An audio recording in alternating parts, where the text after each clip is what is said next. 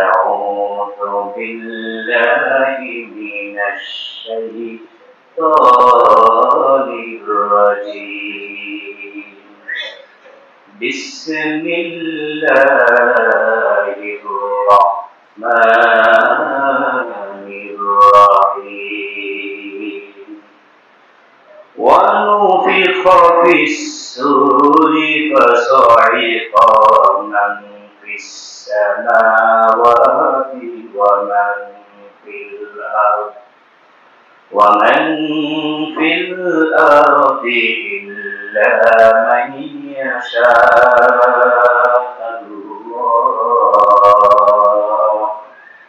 ثم نفخ فيه أخرى فإذا هم قيام ينظرون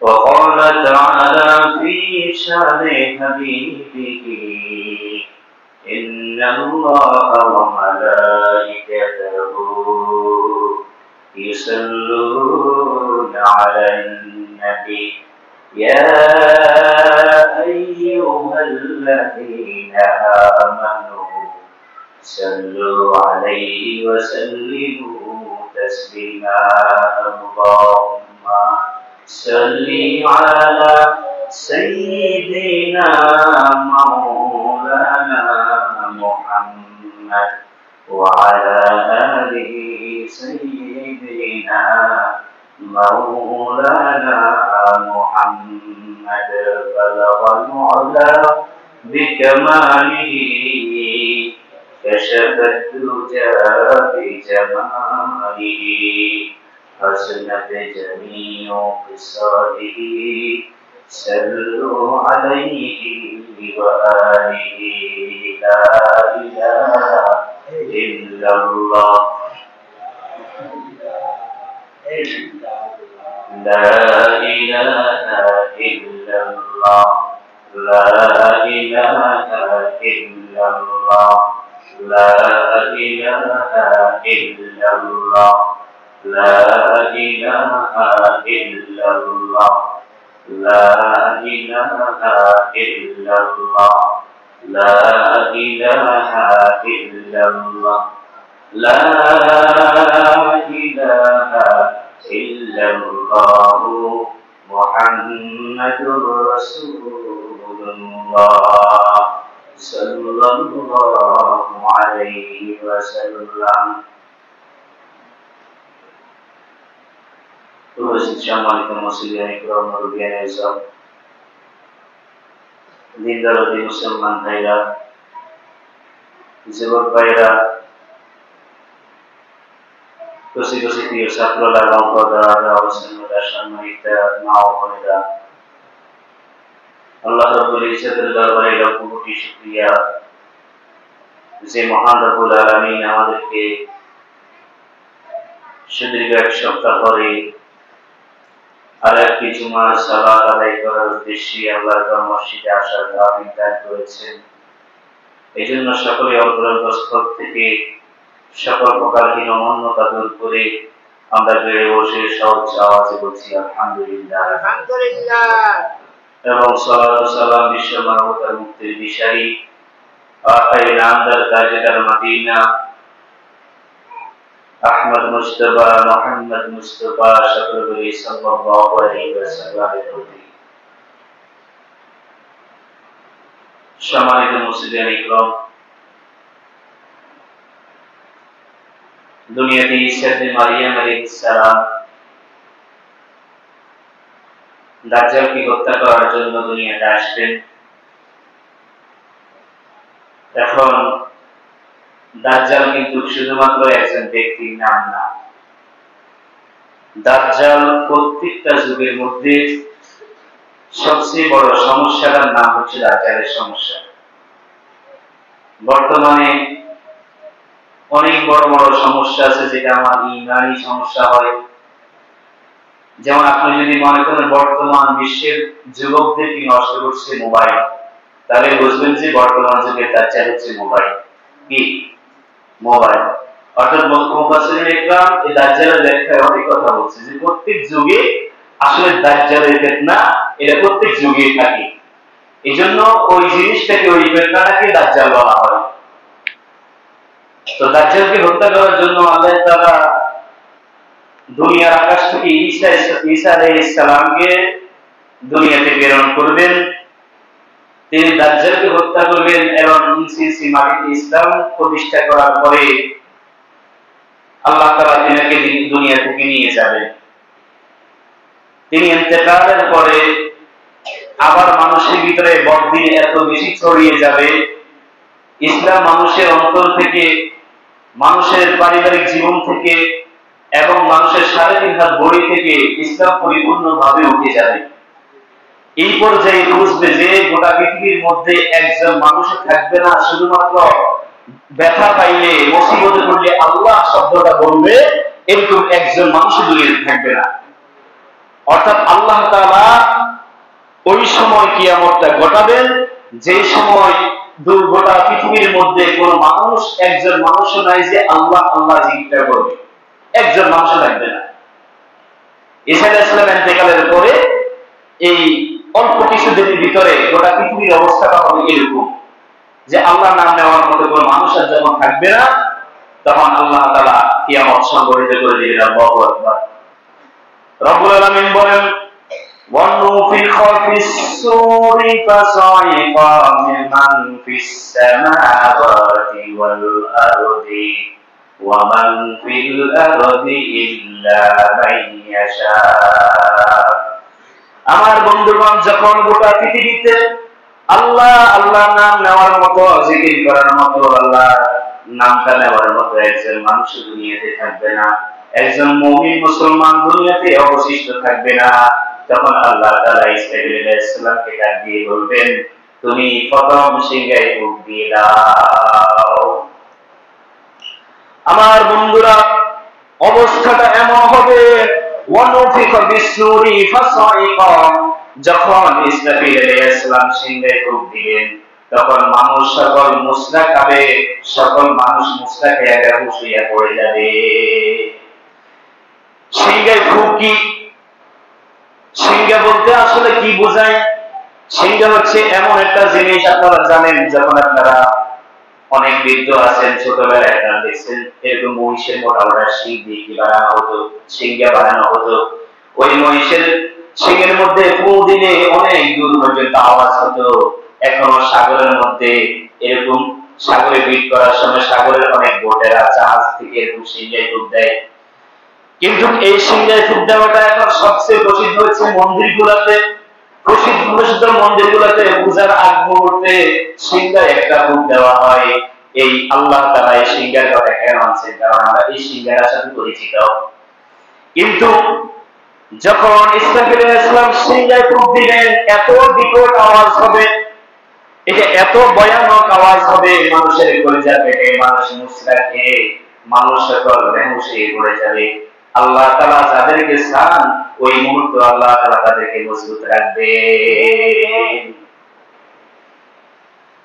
এখন পৃথিবীতে তো আল্লাহ আল্লাহ বলার মতো কেউ নাই, তাহলে আল্লাহ কাদেরকে চাই আল্লাহ তাআলা এখনো রাখতে? তাদের মধ্যে হতে পারে ফেরেশতা। কারা? মানুষ জিন, তারা কমপ্লিট আল্লাহকে ভুলে যাবে, মুমিন বলতে আর কেউ থাকবে না। কিন্তু ফেরেশতারা তো আছে। আল্লাহ তাআলা যাদেরকে চান নাই হয়তো বা ফেরেশতাদের মধ্য থেকে কাউকে কাউকে আল্লাহ ওই দিনও বাঁচিয়ে রাখবেন, আর সব জীবজন্তু সব কিছু মরে বেহুশ হয়ে মরে যাবে। আল্লাহু আকবার। এরপরে আল্লাহ তাআলা বলেন মান ফিস সামাওয়াতি ওয়া মান ফিল আরদি ইল্লা মান ইয়াশাউ। রব্বুল আলামিন বললেন, অতঃপর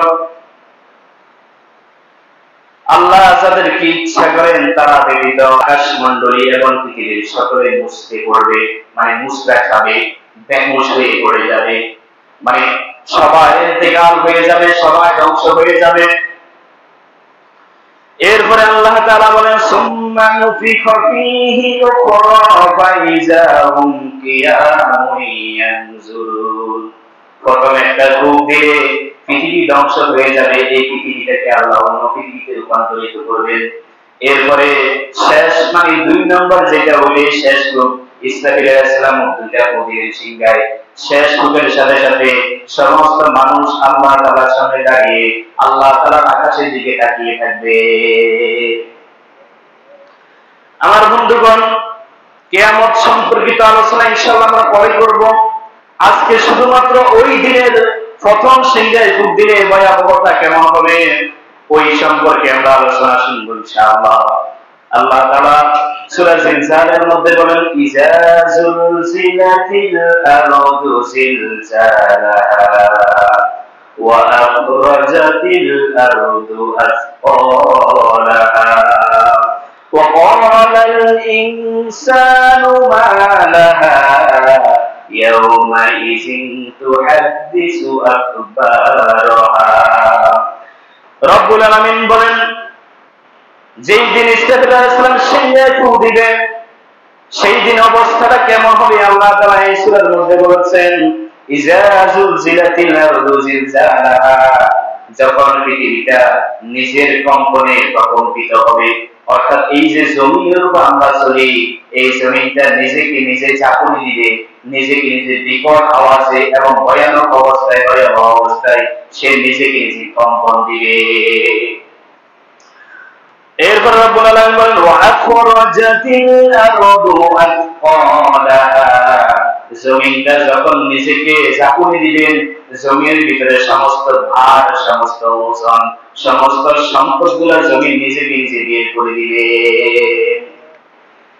আমার বন্ধুগণ, যেমন আমরা গুলি করে ভিতর থেকে সবকিছু বের করে দেই, ঠিক তেমনি ভাবে জমিন সেই দিন নিজেকে নিজে প্রকম্পিত করে ঝাঁকুনি দিয়ে জমির ভিতরে যত সম্পদ আছে, সোনা দানা গ্যাস তেল, তার নিজের যত গুপ্ত সম্পদ আছে জমিন সবকিছু বের করে দিবে।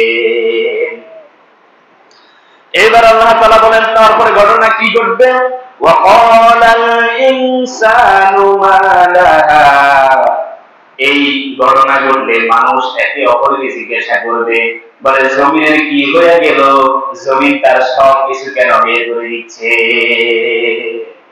জমিনের কি হলো, জমিন তার নিচের সব কিছু, তার নিচের সব ভার, সব ওজন, সব সম্পদ কেন বের করে দিচ্ছে, জমিনের কি হয়ে গেল। এরপরে আল্লাহ তাআলা বলেন, ইয়াউমাইযিন তুহাদ্দিসু আখবারাহা, জমিন তার নিজের সমস্ত বৃত্তান্ত সেই দিন বর্ণনা করতে থাকবে।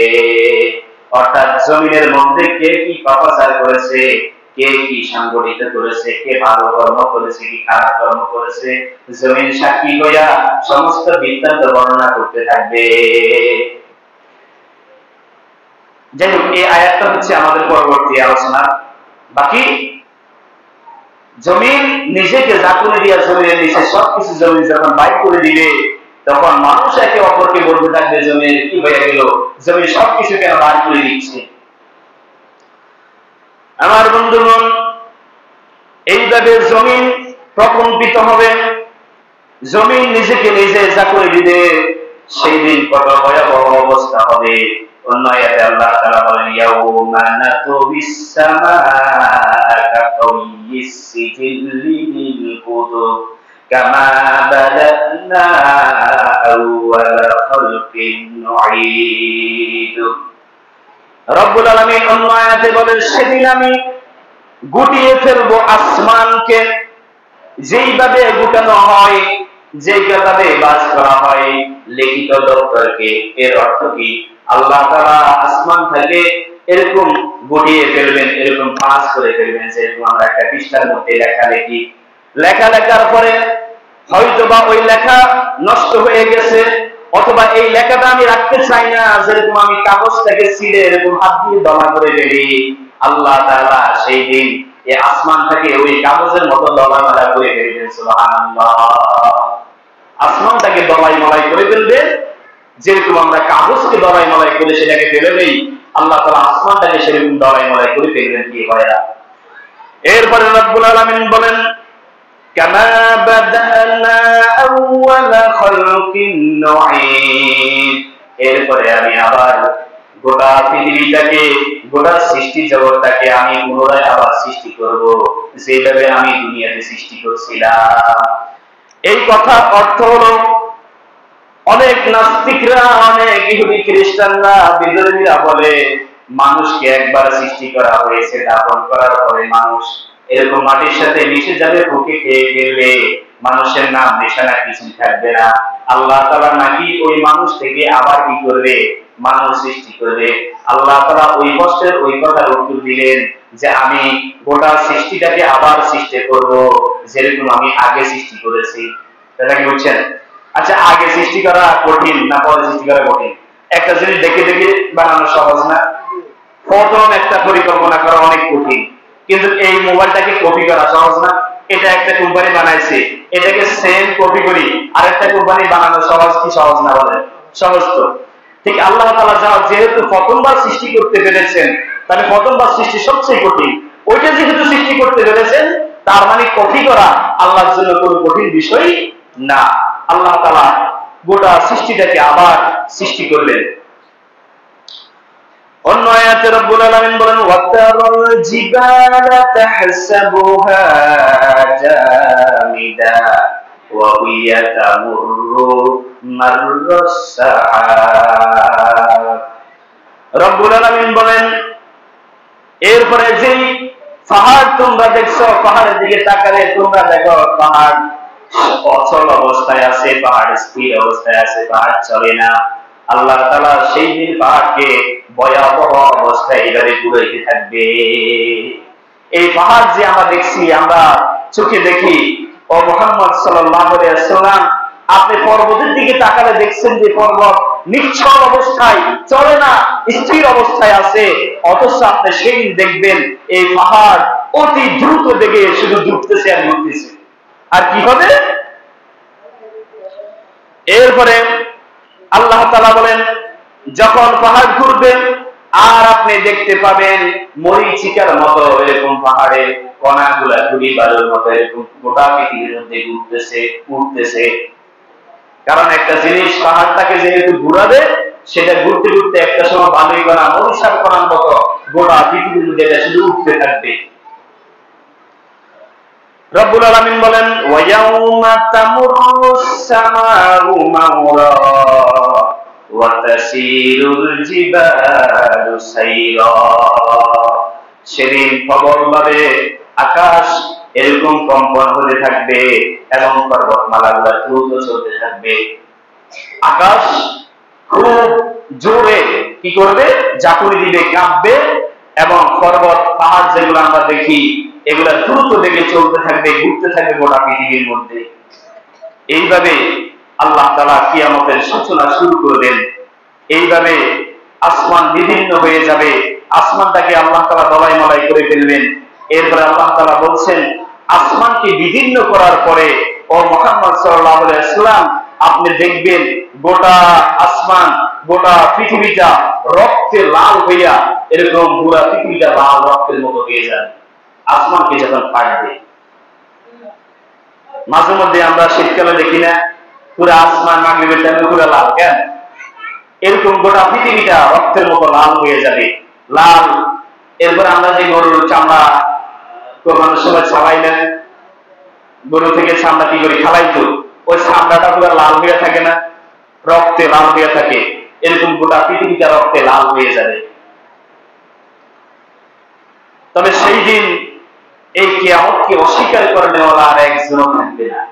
পূর্বে কিয়ামত কি জিনিস এটা হয়তোবা অধিকাংশ মানুষ সেটা অস্বীকার করবে, কিন্তু যখন এই পৃথিবীর এই পরিস্থিতি দেখবে, সেই দিন আর কিয়ামতকে অস্বীকার করে নেওয়ালা আর একজনও থাকবে না। আল্লাহ তাআলা বলেন, ইজা ওয়াকাতিল ওয়াকিআ লাইসা লিওয়াকাতিহা কাযিবা। যেদিন কিয়ামত সংঘটিত হবে, সেই দিন এই কিয়ামতকে অস্বীকার করে নেওয়ালা, মিথ্যা প্রতিপন্ন করে নেওয়ালা, কিয়ামতকে মিথ্যা বলনেওয়ালা আর একজন দুনিয়াতে থাকবে না। সেদিন সবাই বুঝবে যে আসলে কিয়ামত সত্য, কিয়ামত সংঘটিত হবে সেই দিন।